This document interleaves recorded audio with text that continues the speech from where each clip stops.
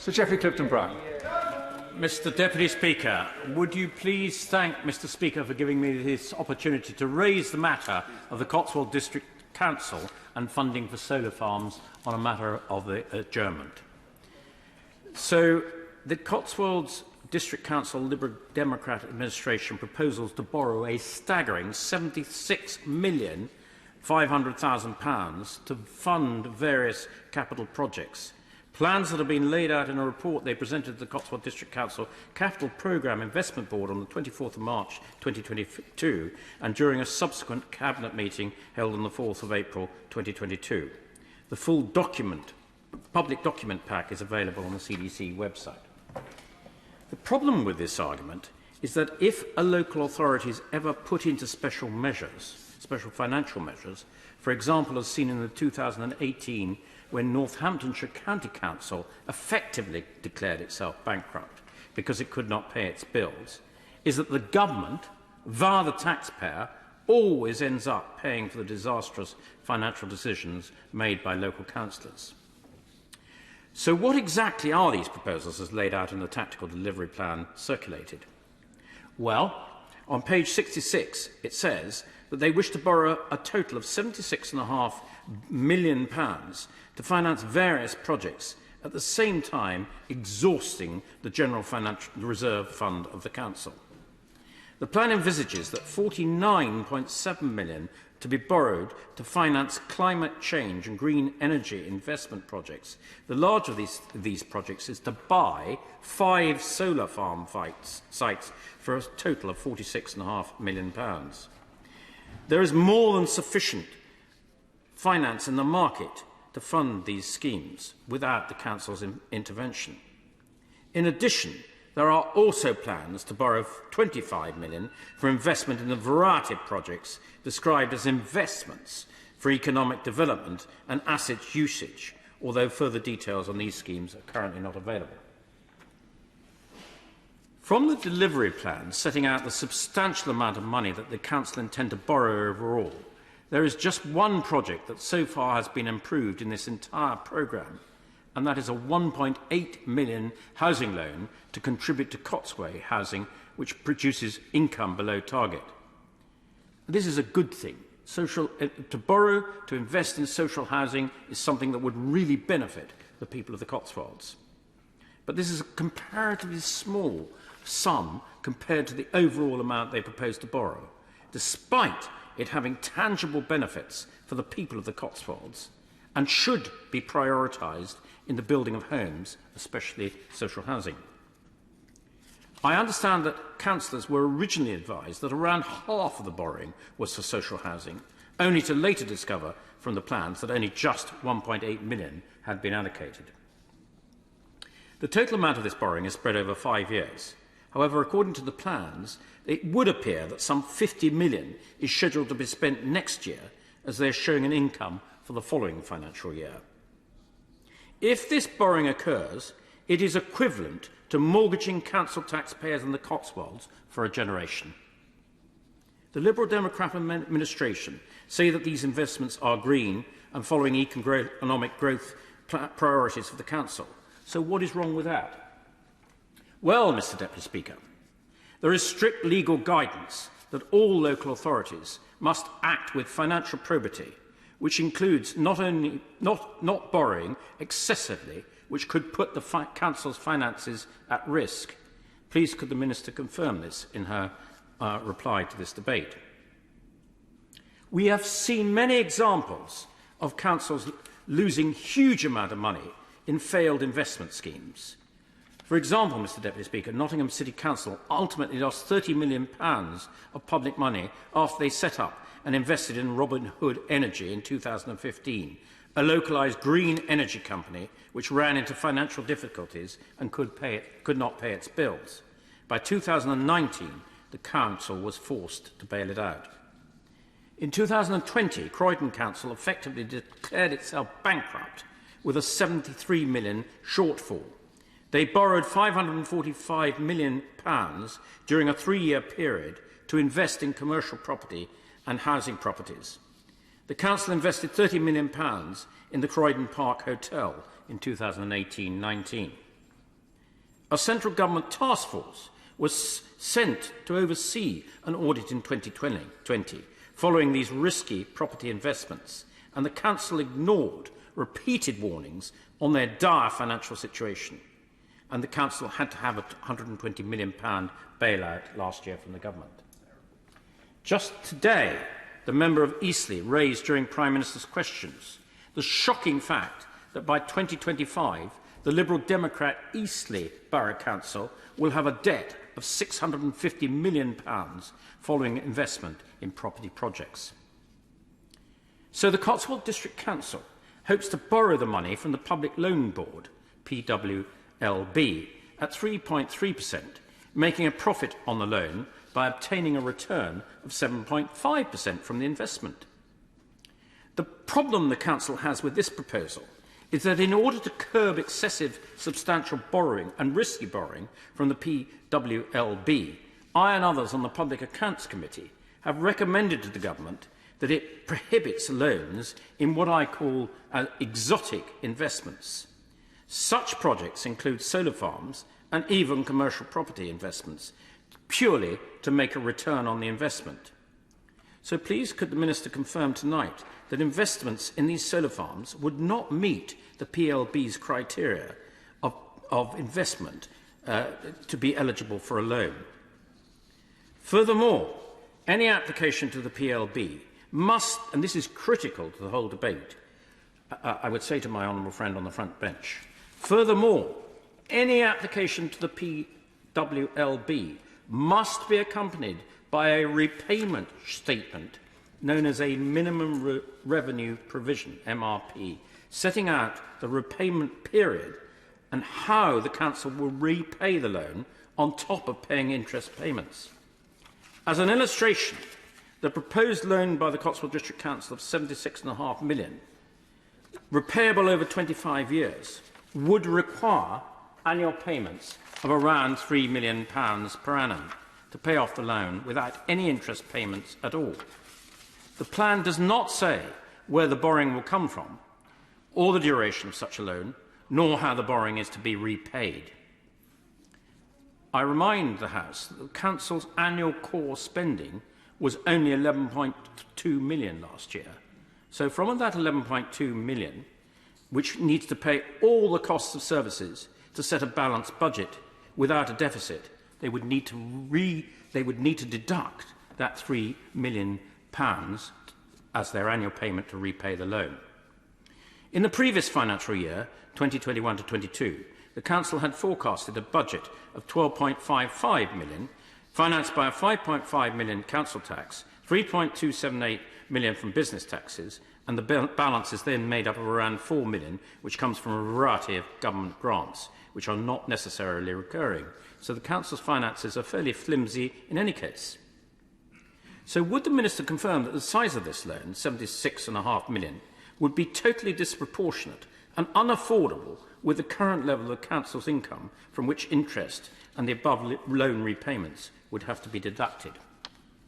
Furthermore, it seems that prior motivation for taking on all this borrowing was to invest in schemes to generate more income.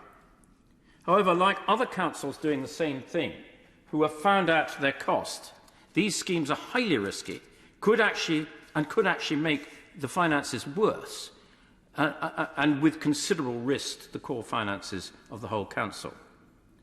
No commercial bank would ever contemplate accepting such a loan. So could the Minister confirm that the PWLB will require a repayment schedule, the so-called MRP? Also, that the Council's financial officer, Section 151 officer, would be required to give advice to councillors about the financial probity of such a large borrowing plan under the Chartered Institute of Public Finance and Accountancy's Code. The Section 115 officer can ultimately give a 114 notice, a Section 114 notice, to warn a council that the level of borrowing for the overall state of the council's finances is not sustainable. Another proposal that has been mooted by the council is to issue green bonds to publicly finance these projects. Securities like these are regulated by the Financial Conduct Authority. The Cotswold District Council and anticipate that an issuance programme would be aimed at small investments, although there are no details available about this at the present time. Even if they could begin to sell the bonds in the market, could the Minister confirm that this form of finance also would come under the financial probity regulations on which a Section 1.5 officer would have to warn councils of the effect on the council's finance of such a large borrowing? Furthermore, as a financial instrument, it would have to be authorised by the regulator, the Financial Conduct Authority. Now, the Cotswold District Council, Mr Deputy Speaker, has increased its council tax by £5, which is a 3.6% increase in tax bills for residents. This is above the official cap in England of 2.99%, a cap that some 286 councils across England and Wales are exceeding, the maximum allowed without a referendum of local council taxpayers. If anything, given the current cost of living squeeze, the council should not be looking at putting council tax up by so much and at the same time plan this huge amount of borrowing. They should focus on increasing council tax by as little as possible to help people with the cost of living and deliver their core strategic services of waste collection planning rather than spending our money on feasibility studies. Whilst the government has set out some achievable targets on a green agenda, such as bringing all greenhouse emissions to net zero by 2050 and securing global net zero by mid-century to limit the global warming to 1.5 degrees, there is evidence that faced with the cost of living, people are asking the government to help with the squeeze of living on bills by slowing down the increase in green levies. And I think the same thing applies to the extreme borrowing that is proposed by the Cotswold District Council in solar farms. Worryingly, I do not see any statements from the Council that they are trying to live within the means. Instead, they continually say that the government is cutting various grants, when in actual fact, in recent years, central government and the Minister's Department have given them significantly more money, as laid out in the local government settlements, including a £16.3 billion settlement funding for local councils in England this financial year. And while other grants and an estimate of with other grants and an estimate of council tax including, the core spending of councils across England will raise to £51.4 billion, or an increase of £4.6 billion compared to the previous year. So there is no pressure on the council to need to borrow all this money to increase their income. The settlement will partly help reverse this trend for council tax to account for an increasingly large proportion of any council's spending power. So there is no evidence that the council or councillors have to experience to successfully manage a long-term investment programme of this size and level of complexity. To deliver this financial plan of this scale would require considerable financial expertise from within the council, expertise that could be lacking at the very competent long-term financial officer, head of finance and deputy CEO is recently resigning due to leave. Finally, the Liberal Democratic Authority proposed to carry out all this before the local elections in May 1993. Even the biggest and best commercial banks would struggle to find suitable investments involving this amount of money and do the necessary due diligence in just 12 months. These proposals by the Cotswold District Council to borrow a breathtaking £76.5 million, stated in their plans circulated to the CDC Capital Programme Investment Board and Cabinet, clearly demonstrate financial incompetence amounting to recklessness, which has the potential to bankrupt the council. At the very least, it will mortgage the council for the next generation to come. And I urge Liberal Democrat councils, in the interest of Cotswold council taxpayers, to think again and for the government to use all its powers to stop them borrowing this unsustainably large amount of money. And I thank the Minister today for being here to answer my debate. Minister. Thank you, Mr Deputy Speaker. And I'd like to start by congratulating the Honourable Member for the Cotswolds for securing the debate on this important topic. Borrowing rules for local authorities may not be the sort of thing that generates many column inches in the newspapers, but they really matter to the day-to-day workings of local government. These rules are in many ways the guardrails that help govern decisions around investment of public funds, and that is why it is so vital that members have as much clarity and transparency as possible on what councils can and can't do, as well as having the opportunity to challenge and raise instances of what they perceive to be misallocation of funds. The Honourable Member is a tireless campaigner on behalf of his constituents, and I applaud him for bringing this issue to the House today to discuss. Firstly, my honourable friend asked whether the borrowing in question was within the lending rules of the Public Work Loans Board, the PWLB.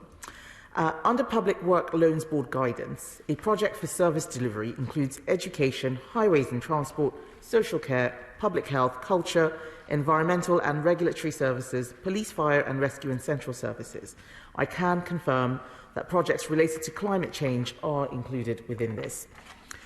I do want to make clear that as government, we understand that while borrowing is necessary to deliver local priorities, it does carry risk. So it is important that this is done sensibly to keep local authorities' finances sustainable.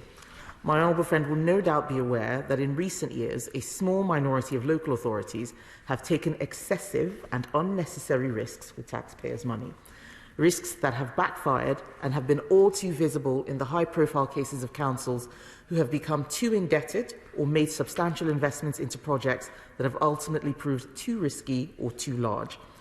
In relation to my honourable friend's points about the borrowing that Cotswold District Council intends to do when compared to its annual income, it goes without saying that disproportionate levels of debt exposes councils to financial risk. And it is not just the size of the debt that can create issues. Some authorities invest in novel activities which are outside their areas of experience or expertise and which can lead to financial loss when mismanaged. My honourable friend will remember what happened with Robin Hood Energy and Bristol Energy and Together Energy. While councils are sometimes very well-meaning in trying to tackle important issues such as achieving net zero, we cannot forget that the energy market can be volatile and councils need to be sure they are getting the right advice when proceeding with such investments. That is not to say that borrowing should not be undertaken by local authorities. So I do want to make clear that as government we recognise that commercial investments can be necessary and appropriate when done sensibly. So it is the case that sensible investment can play an important role in helping us power forwards when it comes to issues that are central to the government's agenda, be it levelling up or net zero or building homes the country needs. But in relation to his point, Mr Deputy Speaker, the government should stop Cotswold District Council from borrowing this money. As my honourable friend will be aware, councils have responsibility for setting out capital strategies for their own local areas, and they will be held accountable by their local communities. Local leaders should understand their local issues and should prioritise accordingly. So it is our expectation as the government that they should be able to make decisions that reflect the needs of their communities. And in making those decisions, every local authority has a duty to comply with the prudential framework by making sure their plans are prudent, affordable and sustainable. As my honourable friend highlighted in his opening statement, taxpayers should not have to foot the bill for preventable mistakes. The government will of course step in where there is clear evidence that local authorities are not complying with their legal duties and acting in the best interest of their taxpayers. Our focus, as you might expect, is on making sure that we have a system that is genuinely fit for purpose, and in July 2021 we set out what you might call a multi-pronged approach to support our role as stewards. Yes, of course, I'll give it. Would my honourable friend confirm that the guidance to the Public Loan Board has recently been changed so that no investment that is made purely to increase return is allowed? Would she also confirm that any application to the Public Loan Board will have to be accompanied by a statement with a minimum loan guarantee repayment so that it's crystal clear to everybody in the Cotswold District how these loans are going to be repaid? I can confirm that he is correct on the first point, and the council cannot purely invest for profit, but because their investment does have a net zero element, it would qualify under the guidance, but it does remain to be seen exactly how this will manifest itself. I cannot confirm the second point at the dispatch box, but I will get officials to write to him formally with a comprehensive answer to his question. But he is absolutely right to raise this point, that there is guidance out there that should ensure that councils are investing prudently. As I was saying, Mr Deputy Speaker, in July 2021, we set out what you might call a multi-pronged approach to support our role as stewards of local investments by improving local decision-making and capability and by developing proportionate tools for intervention when we might need to. And we will continue to work with the sector to implement our proposals and to keep the system under continuous review. On my honourable friend's point that the Council lacks the experience to successfully manage the programme, to be clear, where local authorities are making decisions to borrow to invest in areas like solar farms, it is important that they have the relevant expertise in that market and that they have the governance in place to challenge the parties and people running these projects if they are being mismanaged or appear to be falling behind schedule. So the Council will need to satisfy itself and taxpayers and the electorate that it has the necessary expertise to manage complex projects without exposing themselves to excessive risk. I'm very grateful to the Minister. She's been very generous. Considering there is more than adequate private finance to finance these solar farms, is it right that a local authority should invest in such a risky venture when it can be financed perfectly adequately elsewhere? I thank my honourable friend for that point. And he is right that government should not be competing too much with the private sector, but it isn't for me to determine what a council should and should not do. They are elected, they do have a mandate, but they do have a mandate, but they must be responsible with how they are spending taxpayers' money. What we don't want to have is the corollary to the situation where government is intervening too much in council's decisions. We have empowered them to do the right thing, and as I was saying, we expect them to satisfy themselves and taxpayers that they have the necessary expertise to manage these complex projects and not expose themselves to excessive risk. So we would expect any council to comply with good practice guidance, not just from the PWLB, but also from organisations such as the Chartered Institute for Public Finance and Accountancy and lessons learned from other authorities. So we want to support local authorities to invest responsibly. And he may not be aware, but in March this year, we commissioned a review on the governance and capability of local authority investment and borrowing, and that review will report later this year. But to conclude, I would like to thank him for bringing this issue to the House and for raising this particular case. It is important that local authorities remain financially sustainable, and this is an issue that the government takes very seriously. And if there are any further points that he would like to raise with me, I am happy to write to him with further detail on those. But I do know that members across the House care about local accountability and protecting the interests of taxpayers. I am also sure that members will agree that this needs to be achieved in the right way and that local authority spending needs to be sustainable and not beyond their means. The question is that this House do now adjourn. As many of that opinion say aye? Aye. Contrary, no. I think the ayes have it. The ayes have it. Order. Order.